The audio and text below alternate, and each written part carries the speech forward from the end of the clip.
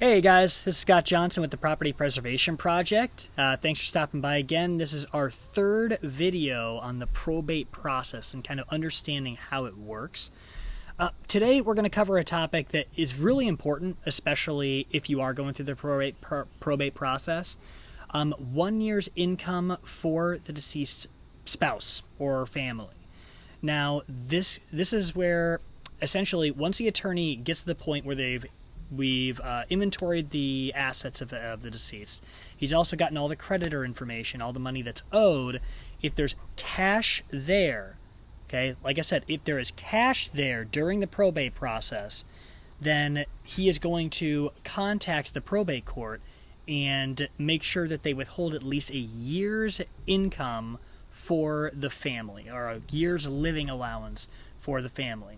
Now, one thing to remember is this is not like, let's say the deceased owned stocks, a portfolio of some sort, real estate, other investments. This does not count for those.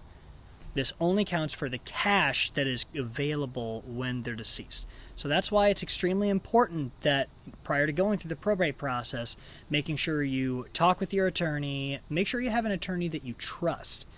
And also, if it's a possibility, making sure that your family member has a living will prior to passing. Excuse me. Let's see.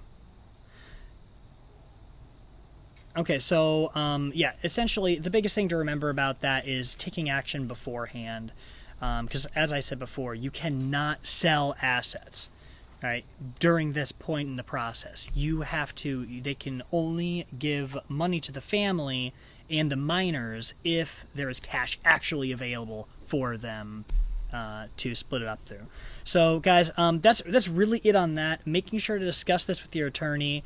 If you do have a loved one that passed and and you need to make sure that you have some money set aside to live on for the next year, make sure you discuss this with them and say, hey, listen, I understand that this is a part in the process.